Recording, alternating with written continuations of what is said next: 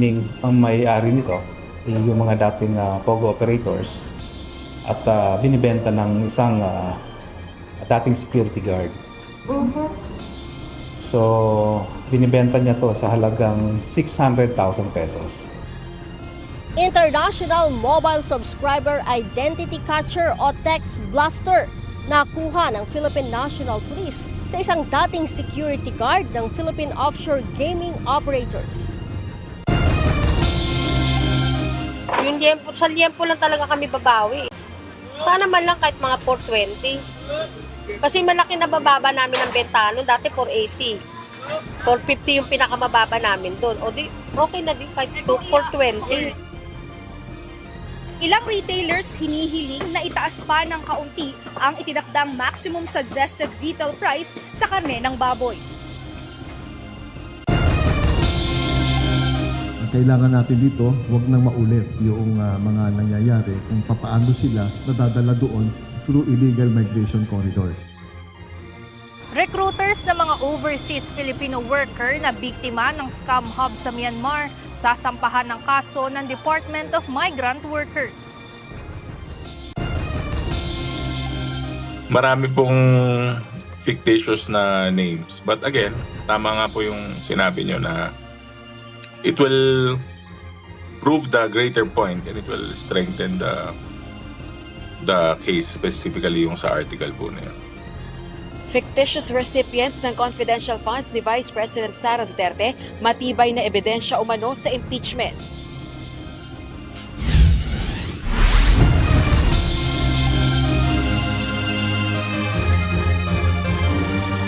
Magandang hapon Pilipinas at sa buong mundo. Tayo po ay sabayang napapakinggan sa Radyo La Verdad 1350 ang UNTV Radio. Una sa ating mga balita. Nahuli ng mga tauhan ng Philippine National Police Anti-Cybercrime Group ang isang dating security guard ng Philippine Offshore Gaming Operators o POGO. Ito ay matapos na mag-alok online at magbenta ng International Mobile Subscriber Identity o IMSI catcher na kilala rin sa tawag na Text Blaster. Ito ang balita ni Lea Ilagan. Basically, ito yung utos natin sa ating mga kasamahan dito sa Anti-Cybercrime Group na personnel na magsagawa palagi ng cyber patrolling. So, sa cyber patrol nila, ay they were able to chance upon yung nagbibenta nito. Ito ay nakita sa isang social media platform na kung saan yung grupo ay galing doon sa mga former POGO employees or operators. Isa na namang patunay na sangkot sa scamming activities ang Philippine Offshore Gaming Operators o POGO sa bansa. Ito matapos mahuli sa entrapment operation ang dating security guard ng isang POGO na nag-ooperate sa Pilipinas sa pagbibenta ng International Mobile Subscriber Identity o MC Catcher at kilala din sa tawag na Text Blaster. Ayon kay Philippine National Police Anti-Cybercrime Group Director, Police Brigadier General Bernard Yang, nadiskubre ng mga tauhan ng ACG ang pagbibenta ng Text Blaster matapos na ialok online sa halagang 600,000 pesos. Meaning, ang may-ari nito ay yung mga dating POGO operators at binibenta ng isang dating security guard. So, binibenta niya to sa halagang 600,000 pesos. Sa konting tawaran, nakuha natin to sa halagang 450,000 at kaya tayo ay nagsagawa ng entrapment operation laban dito sa nagbebenta nitong pinagbabawal na tinatawag nating MC Catcher. Sinabi pa ni Yang na inamin ng security guard na dati siyang nagtatrabaho sa POGO subalit nagsara na ito. Hindi rin umano alam ng security guard kung paano i-operate ang naturang machine kaya't naisipang ibenta online. Ito gusto na lang din kumita yung security guard, binenta nung dating probably employer niya at binili niya at binibenta niya rin. Aminado naman yung security guard, di siya marunong mag-operate nitong machine na to. Pero kung ito ay mapupunta doon sa mga marunong mag-operate nito, ay talagang malaking problema ang kakaharapin ng ating mga kababayan dahil marami uli ang maluloko. Nang buksan ang MC Catcher, nakita pa ng mga otoridad ang huling mensahe na naisend gamit ito. Mayroon itong link na maaaring buksan ng mga subscribers na hinihikayat maglaro para manalo. Unang-una, kaya niya kasing magpadala ng mass message sa ating mga kababayan. Pwede rin itong magamit sa scam. No? Kasi pwede niyang mapasok yung mga iba't ibang online banking companies, magpapakilala na sila yung tunay na nagpapanggap. No? So, pwede rin magamit this coming election for campaigning at pwede rin magamit sa disinformation. Ang nahuling dating security guard ay mahaharap sa mga kaso. Po, yung unang-una yung violation doon sa NTC law. Pangalawa is doon sa Data Privacy Act dahil may papakita naman ng nag-examine from the NTC na meron na po talagang napasok na mga system nito, machine na ito. So ang makakapagpaliwanag po nun yung NTC personnel na nagbigay ng certification sa amin. Paalala ng PNP Anti-Cybercrime Group sa publiko, iligal ang pagmamay-ari ng naturang equipment, kaya't agad na isumbong sa mga otoridad sakaling makakita ng MC Catcher na ibinibenta online. Leia Ilagan, UNTV, News and Rescue. Diyos ang aming sandigan, serbisyo publiko ang aming pinahahalagahan. Epektibo na sa Lunes, March 10, ang pagpapatupad ng maximum suggested retail price sa karneng baboy. Ngunit may ilang tendera ng baboy ang humihirit na dagdagan ang itinakdang MSRP. Ito ang balita ni Mia Alonzo. Sa liempo lang naman kami bumabawi dahil ang liempo naman sa isang baboy, 2 piraso lang yan. Hindi kagaya ng laman, 4 na piraso siya. Ang liempo, 2 piraso lang. Dagdag presyo sa itinakdang maximum suggested retail sa baboy, partikular sa liempo. Ito ang hiling ng ilang nagtitinda ng baboy kasunod ng pagtatakda ng MSRP. Ayon kay Aling Lolita Aceron na halos 40 years nang nagbebenta ng baboy sa palengke, nakikiusap sila na wag naman sanang ibaba ito sa 380 pesos kada kilo. Kasi nga babawian nga namin yung mga buto na hindi mabibenta ng mataas. Tapos yun nga, yung paypay, yung bias, kasama sa kwenta yun. Sa Lunes, nakatakdang ipatupad ang maximum suggested retail price sa ilang karne ng baboy. Ngunit ang ilang retailers sinabing hindi nila kaya ang itinakdang presyo ng Department of Agriculture. Sa liempo lang talaga kami babawi. Sana man lang kahit mga 420. Kasi malaki na bababa namin ang benta nun, dati 480. 450 yung pinakamababa namin doon. O di, okay na din kahit 420. Paliwanag ni Aling Lolita, halos nasa 20 kilos din kasi sa parte ng baboy ang hindi naman ganon napapakinabangan o naibebenta sa malaking halaga, kagaya na lamang aniya ng bias at paypay ng baboy. Kasama din aniya sa kilo ang mga buto nito. Ang laki ng hinina namin, isa-isang baboy na lang kami isang araw. Hindi kagaya nung araw na wala pang mga frozen, nakakalimang baboy kami. Ngayon, ang laki ng hinina namin, isa-isang baboy na lang araw-araw, maghapon pa namin tinitinda. Ayon pa kay Aling Lolita, sa isang baboy ay 2 liempo lamang na siyang madalas hanapin ng mamimili. Doon na lamang anila sila umaasa na mabawi ang dami ng kanilang gasto sa pwesto pa lamang at pasweldo sa mga tauhan. Sa Lunes, March 10, ipatutupad na sa pamilihan ang 350 pesos ng kada kilo ng kasim at pigi, habang 380 pesos naman ang itinakdang hangganan ng presyo sa liempo. 300 pesos naman ang maximum suggested selling price sa sabit ulo. Ayon sa Department of Agriculture, paraan ito upang masiguro na maisasagawa sa retail side ang MSRP. Isa naman ang samahang industriya ng agrikultura na suportado ang panukala sa MSRP na ipatutupad, bagamat hiling nila na sana ay makinabang din ang mga mamimili. Sana itong mga sinasabi natin MSRP, makinabang yung consumers sa napakamurang kinukuha sa ating mga producers. And we're not complaining kasi sa atin, may kitain lang yung mga magsasaka, yung mga magbababoy, magbabanok, tapos makinabang ang consumers sa murang pagbili sa farm gate. So, yung MSRP is one way of addressing yung perennial historical problem natin ng disconnect between farm gate and retail prices. Sinabi naman ni Agriculture Assistant Secretary Arnel de Mesa na may mga isinagawa silang paghahanda upang masiguro ang compliance sa pagpapatupad ng MSRP. Katuwang din namin dito, kasama sa stakeholder meeting kanina yung kapulisan. Nandun din yung DTI. So kung merong mga ganitong issue, binigay din yung mga hotline numbers. Katuwang natin yung mga kasamahan natin sa enforcement agency para masigurado pag may ganitong problema, immediately pupuntahan agad. Ayon sa DA, sa mga wet market lang muna sa buong Metro Manila ipatutupad ang naturang MSRP at patuloy na pinag-aaralan ng ahensya nang sa gayon ay magkaroon na rin ng katuparan ito maging sa mga supermarket at ibang mga rehiyon. Mia Alonso, UNTV News and Rescue. Diyos ang aming sandigan, serbisyo publiko ang aming pinahahalagahan. Walang nakikitang dahilan ng Metropolitan Water Works and Sewerage System o MWSS para magkulang ang supply ng tubig sa bansa sa buong taon kahit matindi ang init ng panahon.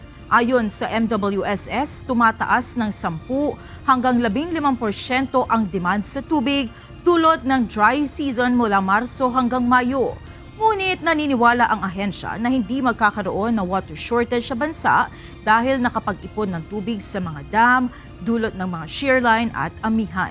Punsod ng mga pag-ulang ito, naabot ang target na pagtaas ng level ng tubig sa mga water reservoirs sa bansa sa pagtatapos ng 2024. Ang level ng tubig sa Angat Dam na nagsusupply sa 90% ng Metro Manila at mga kalapit na lalawigan ay nalampasan pa ang 212-meter normal high water level nito. Dapat mag-convene agad ang Senado at simulan na ang paglilitis sa impeachment case laban kay Vice President Sara Duterte. Ito ang sinabi ng isa sa mga framer o bumalangkas ng 1987 Philippine Constitution. May pananagutan din anya ang mga senador sa ilalim ng konstitusyon sa hindi pagsunod sa kanilang mandato. Ito ang balita ni Dante Amento. What do you think it means to proceed forthwith? If you look at the dictionary, it says immediately. Sa lalong madaling panahon, ito ang interpretasyon ni Attorney Christian Munsod, isa sa mga bumalangkas o framers ng 1987 Constitution at dating chairman ng Commission on Elections sa salitang forthwith na nasa Article 11 ng Saligang Batas. Anya, ang ibig sabihin nito, kaagad at ang intensyon ng probisyon ay proteksyonan ang taong bayan laban sa mga ahente o public servant na kanilang pinili. Kaya para sa kanya, dapat mag-convene kaagad ang Senado bilang impeachment court upang litisin ang impeachment case ni Vice President Sara Duterte. The purpose of that provision is not really to the primary purpose, not to punish them. It is to protect the people. And that's why it must be interpreted immediately. And this article is to protect the people from the people they have elected who have violated public trust. Hindi rin anya maaaring idahilan ng Senado na walang sesyon. Kahit anong oras anya, pwedeng manumpa bilang senator judges ang mga mambabatas ng mataas na kapulungan. Dagdag pa ni Attorney Munsod, maaaring politikal ang dahilan ng mga senador sa hindi nila pag-convene kaagad dahil mabibisto sila ng mga mamamayan sa kanilang posisyon sa isyu at makakaapekto sa kanilang boto sa darating na halalan. Gusto nito na ilabas ang pangalan ng mga senador na ayaw mag-convene. Please name them for the sake of the public information so that we will know what they feel. And I feel that they wanted to postpone the trial because they're afraid that their true self would be revealed in the deliberations of this impeachment trial. May pananagutan din anya ang mga ito sa ilalim ng saligang batas sa hindi nila pagsunod sa kanilang mandato. Binigyang din pa ni Attorney Munsod na anumang oras ay maaaring manumpa ang mga senador bilang hukom at pasisimulan ang formal na paglilitis. There is no excuse that after 4 or 5 weeks they still have not come out with the rules. They're deliberately postponing the trial on the request of senators. That's why I want to ask, who are these senators? And the people should know. Wala pang reaksyon dito ang Senado. Dante Amento, UNTV News and Rescue. Diyos ang aming sandigan, serbisyo publiko ang aming pinahahalagahan. Kumpiyansa ang mga kongresista na matibay na ebidensya sa impeachment complaint laban kay Vice President Sara Duterte ang acknowledgement receipts kung saan nakasaad ang hinihinalang gawa-gawang pangalan. Bukod sa kontrobersyal na pangalang Mary Grace Piatos, may 2 pang Piatos na benepisyaro rin ng kontrobersyal na pondo at isa namang nagngangalang Xiaomi 8. Ito ang balita ni Rosalie Coz. Marami pong fictitious na names. But again, tama nga po yung sinabi nyo na it will prove the greater point and it will strengthen the case, specifically yung sa article po na yun.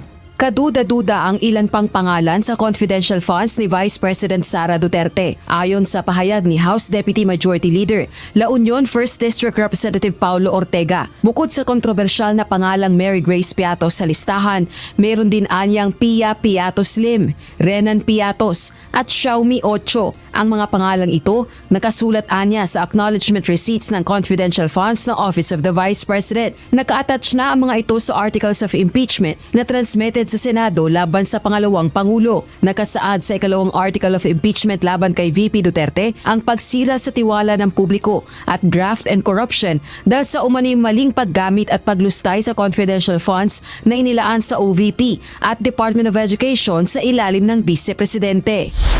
Naniniwala ang mga kongresista matibay ang ebidensyang ito na inaasahang ipresenta ng House Prosecution Panel oras na umpisahan na ang paglilitis kay VP Duterte. Habang tumatagal nga, nakakakita tayo ng mga pang-abuso, lalong-lalo na dito sa mga hindi mga kapanipaniwalang mga pangalan, no, na nakalista roon, na tumanggap ng pangalan, lalong-lalo na sa confidential fund ng Office of the Vice President. Sa kulang 2,000 mga pangalan na recipients ng confidential funds, 670 lang ang may posibleng match sa talaan ng Philippine Statistics Authority o PSA. Ibig sabihin, karamihan ay walang record ng birth, marriage o death sa PSA. Halos lahat po talaga yun, wala. Fictitious po na tao.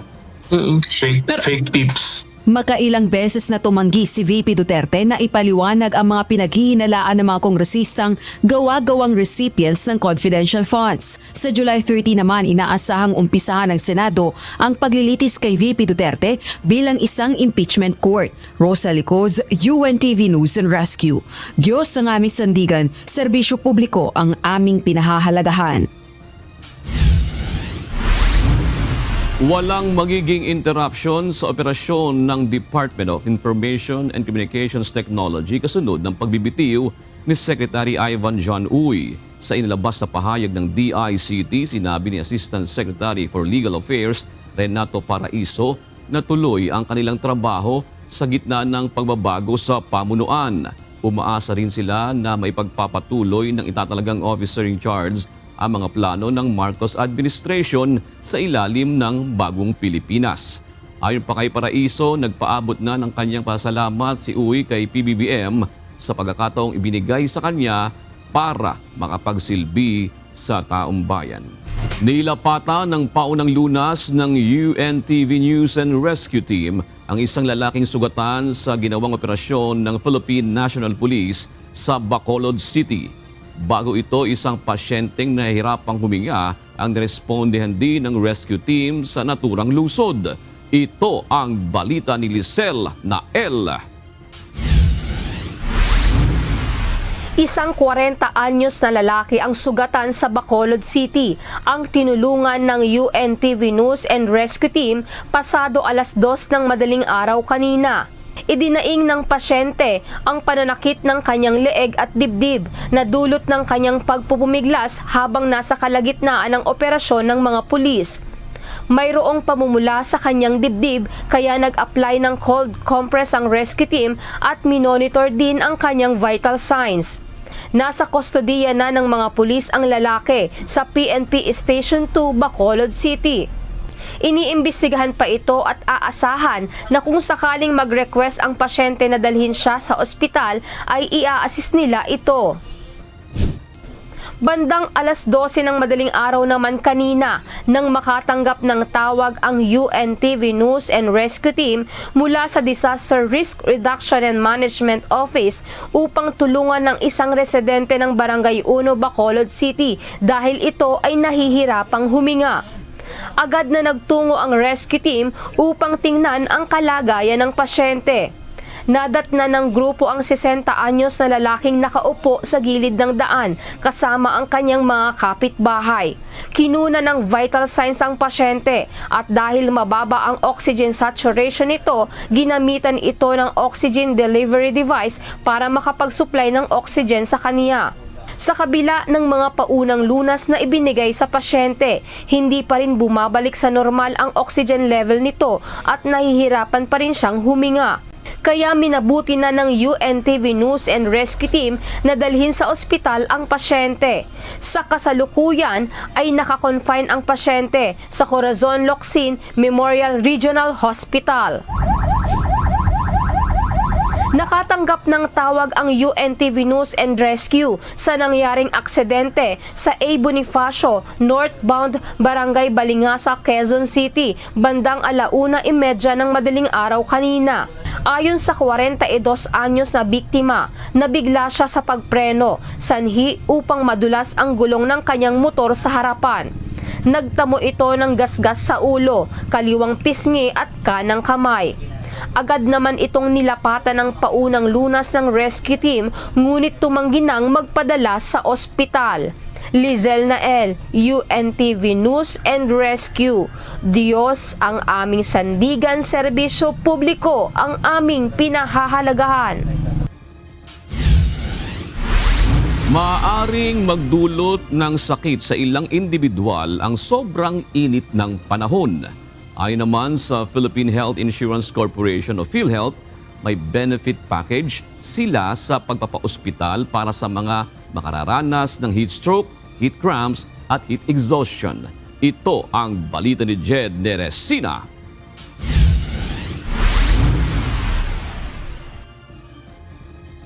Kung tumatagos sa long sleep, tumatagos yung init. Sobrang init. Ito ang karaniwang daing ng ating mga kababayan ngayong ramdam na sa iba't ibang lugar sa bansa ang init at alinsangan ng panahon. Para sa gaya ni Rolando Mangalino na isang motorcycle taxi rider, pinipili na niyang sumilong muna sa malilim na lugar matapos ang isang napakainit na biyahe. Hirap aniya siya tuwing ganitong panahon, ngunit kahit mainit basta may pasahero, ay babiyahe pa rin siya para sa kita. Nakakapagod lalo na pag traffic. Siyempre yung sasabayan mo pa ng init. Tapos full face pa yung helmet ko. Yung sa hininga, yung init umaano rin sa akin. Lalong nadadagdagan yung yung init. May init po, may hirap pagka masyadong lalo na pag traffic. Pagkatapos ng pasahero ko, pagtapos ng drop, ilalim ng puno talaga, tas tubig. Wala man sa kalsada, nahihirapan din ang mga guro gaya ni Louie Martablas na magturo kapag mainit ang panahon. Paliwanag niya nakadaragdag din sa init ng panahon ang dami ng estudyante sa classroom, kaya talagang hirap na ang lahat na mag-focus sa klase dahil sa siksikan, ingay at alinsangan. Sa sobrang init ngayon ng panahon, bilang isang guro, nakaka-experience ako ng sobrang hirap sa pagtuturo. Lalo na sa way if ikaw ay ang klase mo ay within 50 or 40 to 50 classes or more than 50 classes. Yung congestion ng mga bata, and then since siksik sa silid-aralan, tapos sasabay pa yung init, napakahirap magturo na kumbaga hindi na siya conducive for learning. Hindi naman maiwasang magkasakit ni Pablo Santiago Jr. na isang traffic enforcer, lalo na at halos 8 oras ang trabaho niya sa kalsada. Bilang traffic enforcer, kailangan niyang tiisin ang init ng panahon, kasama pa ang usok mula sa mga sasakyan. Naku po, sobrang apektado po kami, napakainit po. Andyan po yung sinisipong kami kasi nabababad kami sa pawis pag talagang sobrang init. Dahil sa sobrang init, kasakit talaga ulo mo. Kaya kaugnay nito, inanunsyo ng PhilHealth na meron na rin silang benefit package para sa mga health-related illness sakaling kailanganin ito ng publiko ngayong tumitindi ang init ng panahon. Hindi pa man opisyal na idinedeklara ng Pag-asa ang pagsisimula ng tag-init sa bansa, inaasahan na ng PhilHealth ang pagtaas ng bilang ng mga pasyente na maaaring makaranas ng heat-related illnesses gaya ng heat stroke, heat cramps, heat exhaustion at iba pa. Meron po tayong iba-iba na coverage, depende po dun sa serbisyo. Pero kung sa confinement po, ito ay nakapakete to around 12,000 pesos. Kung halimbawa po, the patient would opt to be admitted in a ward accommodation, mahirap ka man o hindi, in public or private facility, basta you opt to be admitted in a ward accommodation, dapat po no co-payment na siya. However, if you opt to be admitted in a non-ward accommodation, we expect some co-payment. Paalala ng PhilHealth sa publiko na mayroong magagamit na libreng konsulta package para sa check-up sa mga sakit na dulot ng matinding init. Aabot sa 12,000 pesos hanggang 18,000 pesos ang nasabing benefit package. Jed Neresina, UNTV News and Rescue. Diyos ang aming sandigan, serbisyo publiko ang aming pinahahalagahan. Narito naman ang mga balita sa iba't ibang panig ng mundo. Ihatid ng ating global correspondent na si Maven Carizo mula sa Perth, Australia.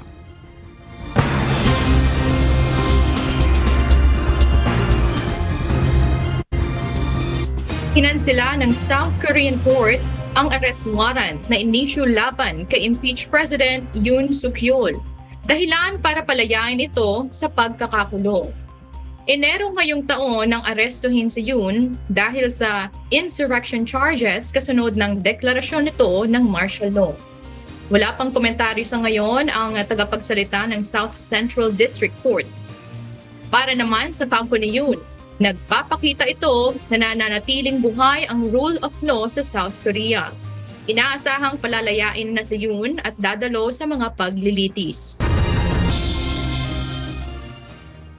Libo-libong Ukrainian na nagtungo sa Estados Unidos noong sakupin ng Russia ang bansa ang nanganganib na ma-deport mula Abril ngayong taon.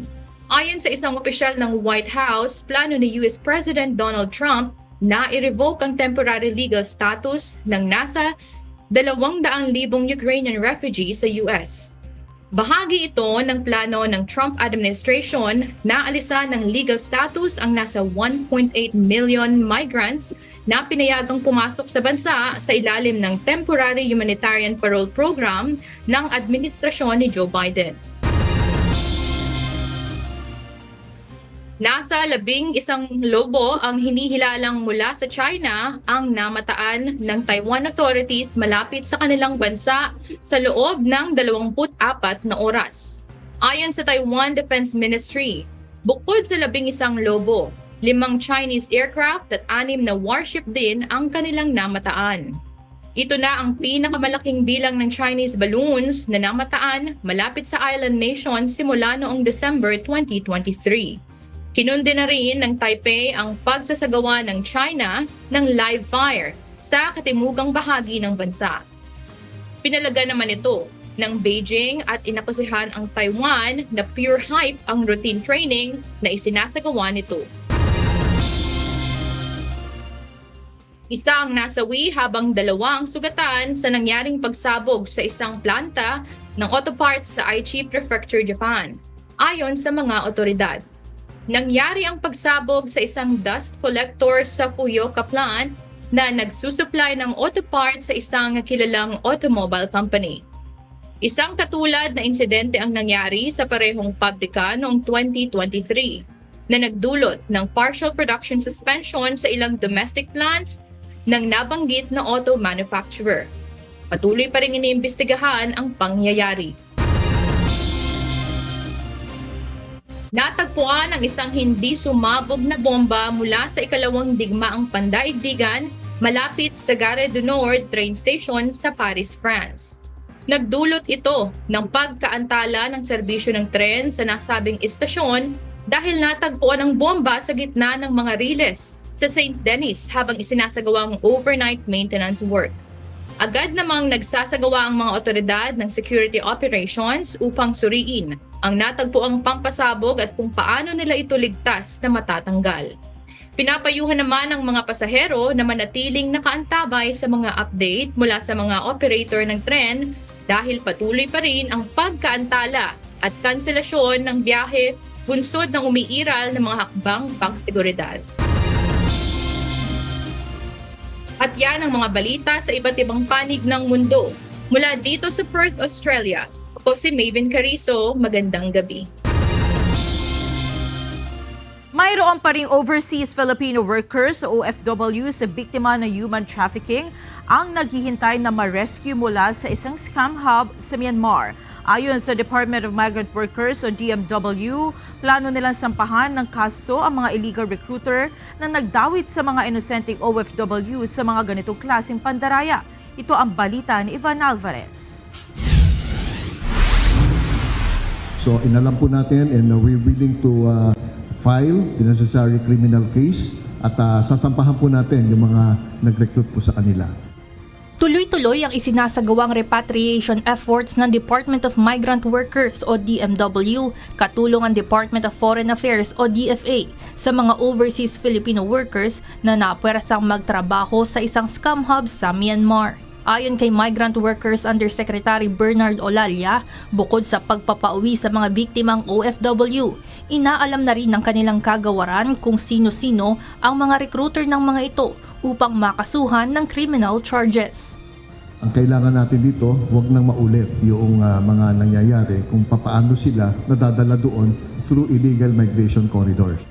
Umabot na sa 200 OFW ang matagumpay ng napauwi sa bansa ng pamahalaan. Ngunit ayon kay Undersecretary Olalia, isa sa mga hamon kaya hindi agad makabalik ang iba sa Pilipinas ay dahil sa mga hindi kumpletong dokumento. Karamihan sa mga biktima ay walang tamang visa at hindi hawak ang kanilang pasaporte dahil tumakas lamang mula sa scam hub na pinanggalingan ng mga ito.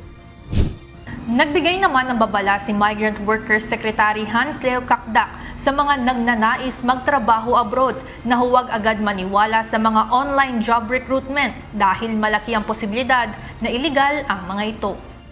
Kasi yung lehitimong recruitment agency, may opisina yan. At makikita nyo, makakaapa kayo sa opisina ng recruitment agency. Hindi po nag-a-apply sa recruitment yung sinasabing the faster, the more you don't see, the better. Dagdag pa ng kalihim, ganitong modus mismo ang bumitag sa mga nasagip nilang OFWs mula sa mga scam hub. Yung nai-interview namin mga umuuwi, purely online yung transaction. Facebook or what have you, doon aakitin, tapos through Telegram or some platform kung saan sila mag-uusap. And then sisingilin ng pera, bibigyan ng ticket, pumapatol doon yung mga kababayan natin.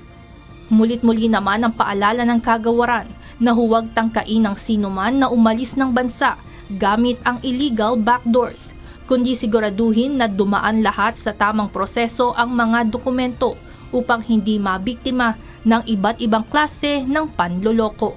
Ivan Alvarez, UNTV News and Rescue. Diyos ang aming sandigan, serbisyo publiko ang aming pinahahalagahan. Nagsagawa ng live fire exercise ngayong araw sa Camp Edwin Rabina Air Base sa Capas Tarlac ang Philippine Army kung saan sinubukan ng iba't ibang armas kabilang na ang bago nitong Sabre light tank. Ang nasabing pagsasanay ay paghahanda sa mas malaking military exercise ng Armed Forces of the Philippines gaya ng Balikatan. Ito ang balita ni Ryan Lacanlad.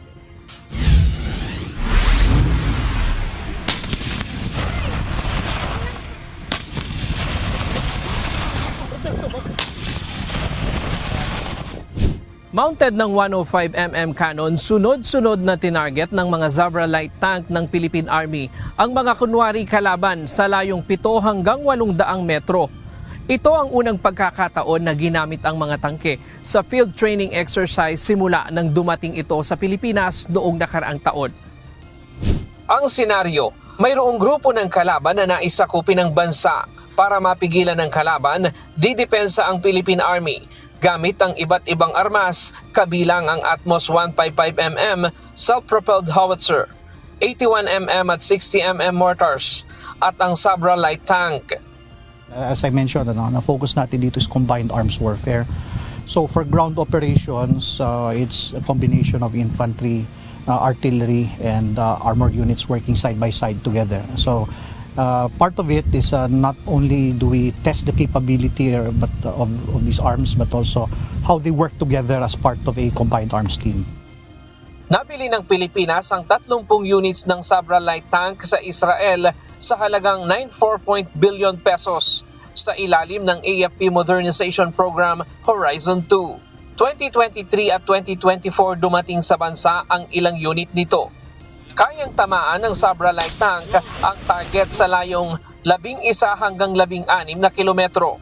Bahagi ang isinasagawang pagsasanay ng Katex-Katihan o Combined Arm Training Exercise na naglalayong palakasin ang combine and control capabilities ng hukbong katihan upang pataasin ang kahandaan sa depensa. Ang pagsasanay ay para sa mga sundalong Pilipino, bagamat may presensya ng sundalo ng Amerika. Ayon kay Brigadier General Michael Lohico, nandito sila para gabayan ang mga sundalong Pinoy. Those are members of the 5th SFAB. They are here. They are advising us. They also provide subject matter expert exchanges between us and our between them and our troops.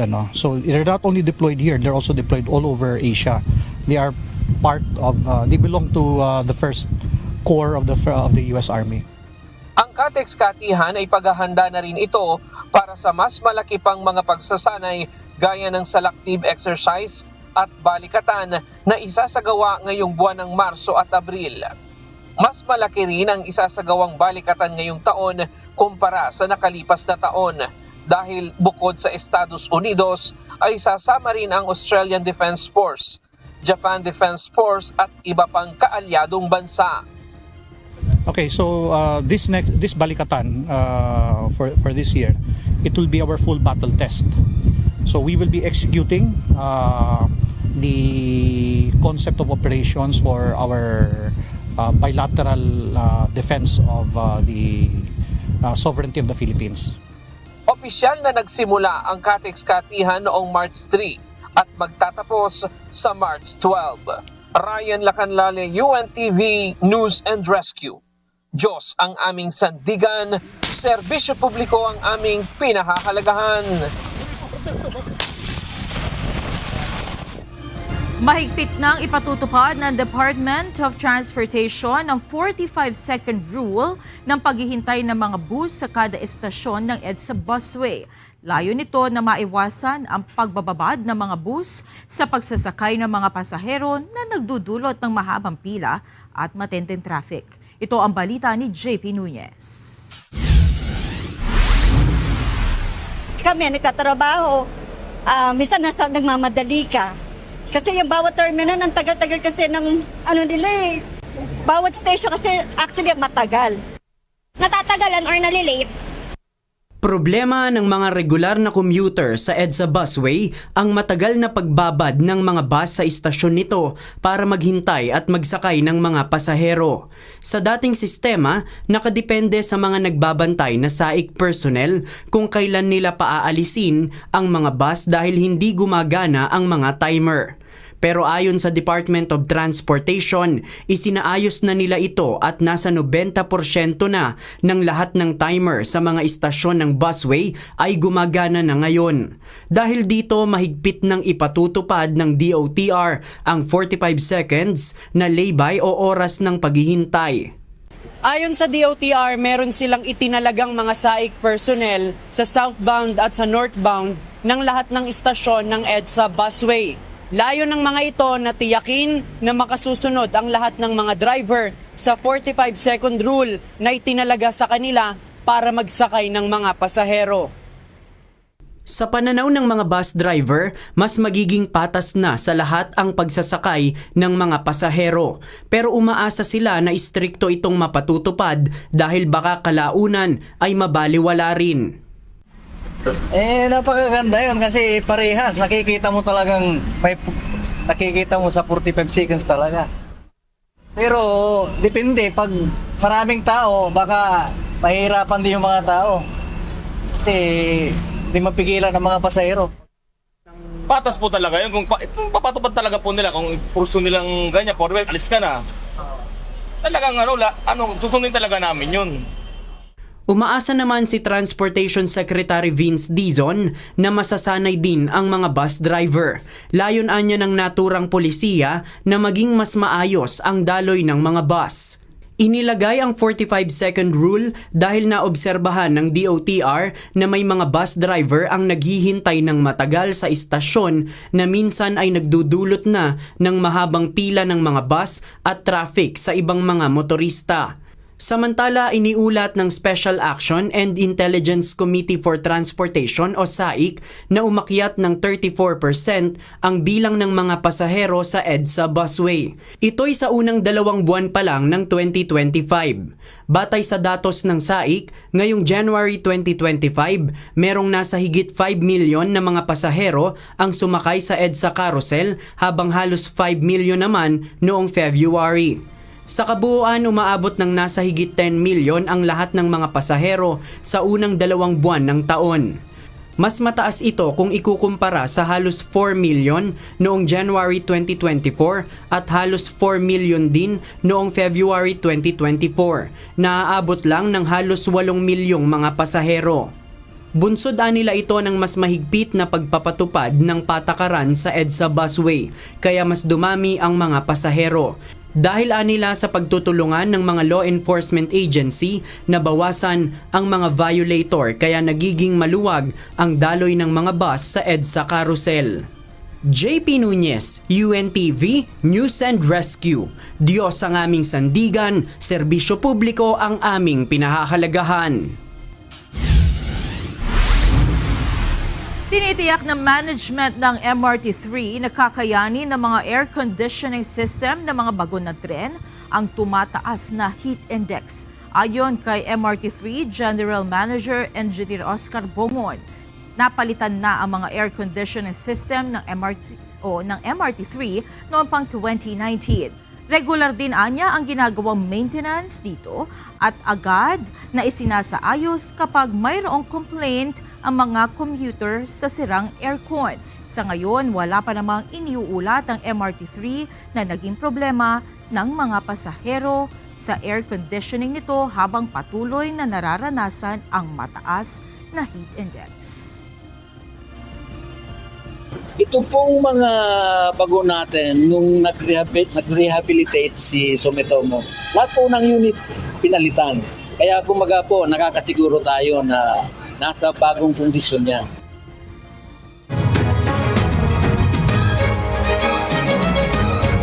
Kinansila ng Department of Environment and Natural Resources ang kontrata nito sa Blue Star, ang kumpanyang may hawak sa Garden Cottages Housing Project na sakop ng Masungi Georeserve sa Rizal.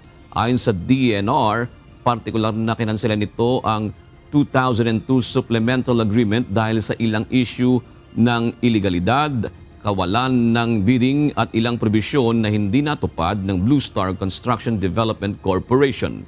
Nakasaad sa kontrata na itatayo ng Blue Star ang 5,000 housing units sa government property na garden cottages sa loob ng 5 taon para sa mga kawani ng gobyerno. Subalit ilang taon na mula nang ito ay malagdaan noong November 15, 2002 ay walang pabahay na naitayo ang Blue Star. Ang Blue Star ay pagmamay-ari ng Dumalyang family na operator ng Masungi Georeserve, isang nature park na nasa government property sa Rizal na naniningil ng bayad para sa trekking, mountaineering, wedding at prenuptial shoot activities. Ayon naman sa Masungi Georeserve Foundation, nakahanda silang harapin ang DNR at ilaban ng kasunduan upang mabigyang linaw ang issue. 13,000 residente sa Island Barangay ng Carles, Iloilo ang masusuplayan na ng kuryente. Ito ay sa pamamagitan ng itatayong Submarine Cable Interconnection Project na kayang mag-supply ng 13 kilovolt ng kuryente mula sa grid. Ito ang balita ni Lalay Moreno. Dakop din siya ng bulig. Kay food live lang kami sa lig lang natin permis sa solar. Actually may mga suga man kami sa barangay di solar o generator. Mahigit 2 dekada nang walang supply ng kuryente ang 3 isla sa Carles, Iloilo. Ito ay ang Manlot, Calagnaan at Sicogon. Sa ngayon, umaasa lamang sila sa solar lights at generator set para makapag-charge ng kanilang cellphone o makapagsaksak ng ilaw sa gabi. Subalit, limitado lamang ito at magastos rin dahil sa patuloy na pagtaas ng presyo ng gasolina. Kanina, isang groundbreaking ceremony ang isinagawa ng mga opisyal sa San Fernando, Sicogon Island upang mapasimula ng konstruksyon ng 388 million pesos na Estancia Manlot, Calagnaan, Sicogon Submarine Cable Interconnection Project. Tatagal ang konstruksyon sa loob ng 4 na buwan. Ito ang pinakamalaking electrification project ng Department of Energy sa ilalim ng Barangay Line Enhancement Program na pangangasiwaan ng National Electrification Administration. Kapag natapos na ang proyekto, inaasang magsusupply ito ng 13.2 kV na kuryente mula mismo sa grid papunta sa 13,000 pamilya sa Siyam na Island Barangay ng Carles. Makatutulong ito para mapalakas ang turismo sa lugar, negosyo, trabaho at kalidad ng buhay ng mga residente. Kung magabihan ang amon mga kabataan magpuli sa eskwelahan, amon ang ginakulbaan kami, kaya ang alagyan, tama maging kadulong. Dako ito magdulong mo kami kagamit na kami sa mga appliances. Ang gusto namin gamitin sa kung adla maka-charge na kami. Yun kung magamit kami sa mga appliances, wala makatasik kami tapos sa aming libraho. Ayon kay House Speaker Martin Romualdez, ang pera ng bayan ay dapat maibalik din sa bayan. Mga bumabatikos sa Kongreso ngayon, sinasabi nilang nasasayang ang pera ng taong bayan na may hindi tamang paggasta sa ating pambansang pondo. Ito ang sagot ko. Narito ang inyong buwis. Napupunta ito sa proyekto na may direkta at malinaw na benepisyo sa ating mga kababayan. Lelaine Moreno, UNTV News and Rescue. Diyos ang aming sandigan, serbisyo publiko ang aming pinahalagahan. Sumailalim sa fire safety at high occupancy training ang ilang mag-aaral at empleyado sa isang pribadong kumpanya sa Legazpi City at Sorsogon City. Sa pool naman sa kamera ang pananalasa ng buhawi sa Murcia, Negros Occidental kahapon habang nakapagtala ng mataas na tourist arrivals ang Caraga Region sa taong 2024. Ito ang balita ni Alan Manansala. Sa Bicol, 179 na estudyante mula sa 7 paaralan sa Sorsogon City ang nagsagawa ng roadshow sa isang mall sa lungsod. Dito ibinahagi ng Bureau of Fire Protection ang ilan sa mga mahalagang bagay na dapat gawin patungkol sa fire safety at sa panahon ng mga kalamidad. Nagturo rin ang BFP ng kaalaman pagdating sa first aid. Palagi po nating tatandaan na sa pag-iwas sa sunog hindi ka nag-iisa at when fire ignites, heroes unites, tayo itong mga bayaning buhay na kung saan makakapagligtas ng napakahalagang buhay para ma-enjoy natin itong tinatamasa natin ngayong bigay ng Panginoon. Pag may nakita ka pong may nahimatay na kaibigan, titignan mo muna kung ligtas ang lugar bago ka pumunta doon sa nahimatay. Pag nakita mo okay naman, ligtas naman ang lugar, i-check mo muna ang pulso. Yung pwede tulungan na ano. Tapos, check ulit ang kung naghihinga. Pag hindi huminga, gagawin mo na po ang CPR. Nagsagawa naman ang fire drill at high occupancy training sa Albay na nilahukan ng ilang mga kababaihang empleyado ng isang mall sa Legazpi City. Sa Negros Occidental, sa pulsa kamera ang pananalasa ng buhawi sa bahagi ng Murcia, Negros Occidental kahapon. Sa video na kuha ni Mark June Belsa, makikita kung papaano nilipad ang mga yero mula sa mga gusali nang dumaan ang buhawi sa gilid ng kalsada. Nakunan din ng footage ang mga nasirang kable at pumutok na kawad ng kuryente. Agad namang nagsagawa ng power restoration ang Negros Power matapos ang insidente. Wala namang malaking pinsala at naiulat na nasaktan ang pananalasa ng buhawi. At sa Caraga Region, umabot na sa 14.2% ang itinaas ng tourist arrivals sa rehiyon. Batay na rin sa ulat ng Department of Tourism Caraga sa taong 2024. Nasa 1,667,504 visitors mula sa local at foreign nationals ang dumayo dito. Base sa breakdown na inilabas ng DOT-13, nasa top 5 international markets ang United States, Spain, Germany, France at United Kingdom. Ang pagdagsa ng mga turista ay nagresulta sa higit 20 bilyong kita mula sa turismo. Alan Manansala, UNTV News and Rescue. Diyos ang aming sandigan, serbisyo publiko ang aming pinahahalagahan. Gumagawa na ng paraan ang pamahalaan upang tugunan ng dumaraming bilang ng mga Pilipinong kulang sa nutrisyon. Umapela rin ng tulong si PBBM sa mga lokal na pamahalaan para maisakatuparan ang mga plano ng gobyerno. Ito ang balita ni Nel Maribuho. Malnutrition exists at alarming levels across different stages of life throughout our country. Nakaalarma na ang level ng malnutrisyon sa bansa. Ito ang pahayag ni Pangulong Ferdinand Marcos Jr. sa kanyang pagdalo sa 2024 National Nutrition Awarding Ceremony sa Quezon City kanina. Ayon kay Pangulong Marcos Jr., may malaking epekto sa mga kabataan ang kakulangan ng nutrisyon, lalo na sa kanilang edukasyon. And this has multifarious effects. It has wrought deleterious effects on the cognitive development and the future of our children. It has contributed to our children falling behind in their education. Sa pag-aaral ng UNICEF noong 2021, 3 sa 10 bata edad 5 pababa ay bansot dahil sa kakulangan ng nutrisyon. Kung hindi anya ito masusolusyonan, maaaring maisapanganib ang kanilang kalusugan, pagkatuto at ang kanilang kinabukasan. Kaya naman ayon kay PBBM, bukod sa paglulunsad ng Walang Gutom 2027, ilang programa pa ang ginawa ng pamahalaan upang matulungan ang mga mahihirap na pamilya tulad ng Pantawid Pamilyang Pilipino Program o 4Ps. Itong taon naman, dinawakan natin ang saklaw ng Pantawid Filipino Program o 4Ps. Mamamahagi tayo ng 350,000 piso na bawat buwan sa mahigit 68,000 mga 4-piece household na may buntis o batang may edad na 0 hanggang 2 taong gulang. Layon nito na matugunan ang malnutrition sa mga bata na nasa ilalim ng 4-piece program.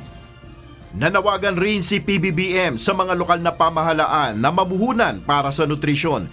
Kaugnay din nito, inatasan ng Pangulo ang Department of the Interior and Local Government na isama sa pamantayan o indicator ng pagbibigay ng Seal of Good Local Governance ang healthcare at nutrition.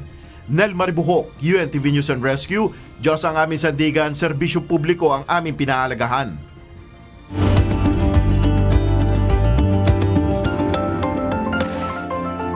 Ang karamdaman na hindi basta-basta naaagapan, maaaring ikamatay.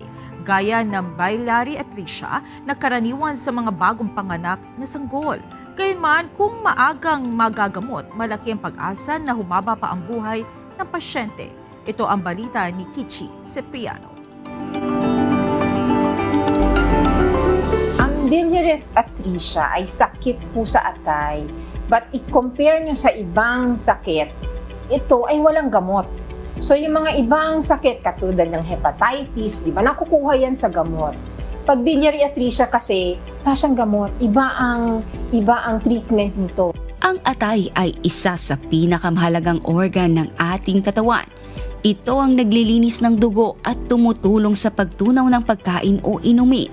Ang pagkakaroon ng malusog na atay ay nagbibigay rin ng enerhiya, lumalaban sa impeksyon at nagtatanggal ng mga lason.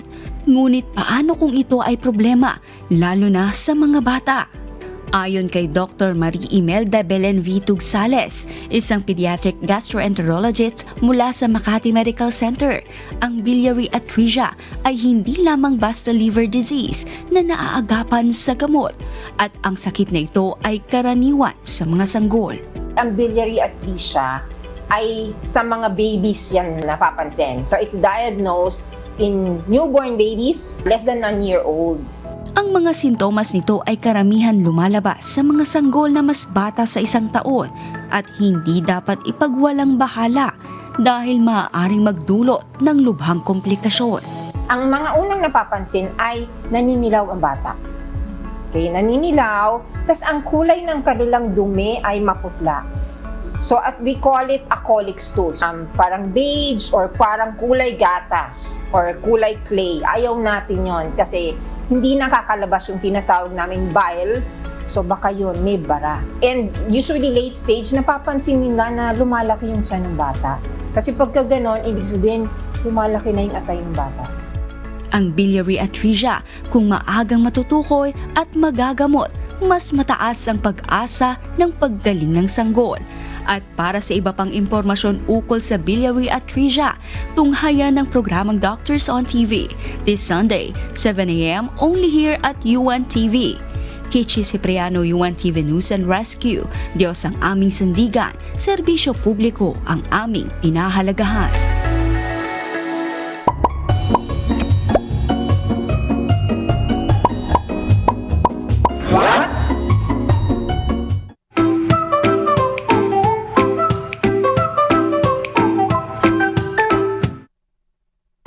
Nako, napakainit. Alam nyo, napakasarap tuloy uminom ng tubig na maraming yelo. Pero alam nyo, bago nyo inumin yung tubig na punong-puno ng yelo na yan, meron kayong kailangang malaman.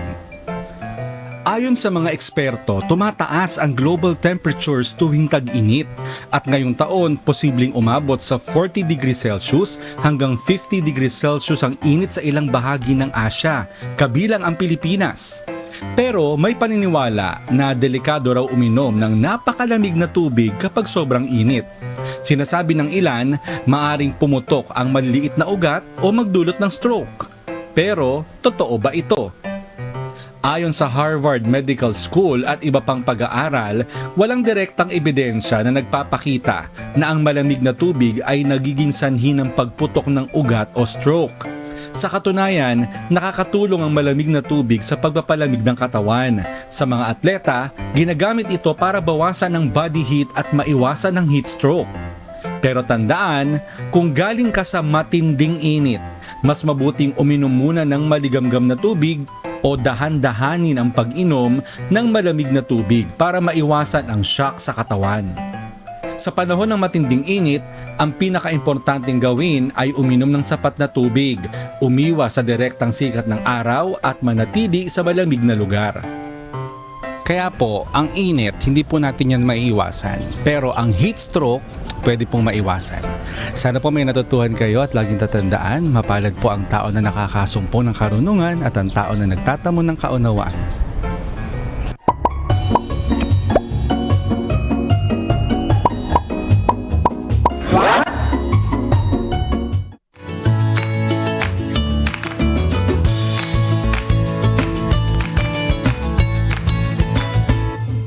Narito naman po ang mga komentaryo ng ating mga kausi ngayong araw po ng Biyernes. Hinggil po sa usapin sa EDSA busway. Sabi po ni Alma Losinada, buksan na kasi ang busway, dapat tuloy-tuloy mga sasakyan sa EDSA. Nakatambay lang kasi ang bus minsan. Pag binuksan mo kasi yon, ano mangyayari? Bubuksan ayusin, tatanggalin yung harang? Ganun ba yun? Baka, kasi iniisip niyang makaalis yung pusi para hindi right away. pumila. Oo. Eh di mawawala yung ano. Baka mas mahirapan lalo yung mga taga-saik, no? Oo, na i-control. Paano ba? Oo. Siguro maganda ngang i-implement mabuti yung 45 seconds para hindi ma-standby na matagal. Hindi matenga. Oo. Sabi naman ni David Jr. Salvador, sana kung ipatupad yan, kahit walang bantay, ayun na nga, sana sumunod naman kayong mga driver. Sige po, salamat po at shout out Sa ating mga kausin na sina Battle Mode Production, matindi ito ba? George Cruz at Nena Mondrigi. Gayon din kina Nelson Dragura, Lebita A. Amiote at Jerry Longno.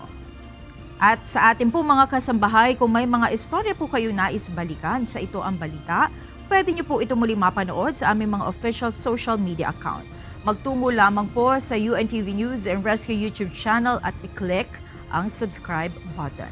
Gayon din sa aming Facebook at TikTok accounts. Mapapanood nyo rin po rito ang iba pang news programs ng UNTV, pati na ang iba pang video ng nag-iisang public service channel. Kaya subscribe, like, and share. Narito naman ang salita ng Diyos na ating sandigan mula sa Aklat ng Kawikaan 11 at 19 na nagsasabi, "Siyang matatag sa katwiran ay magtatamo ng buhay, at siyang humahabol ng kasamaan ay sa kaniyang sariling ikamamatay."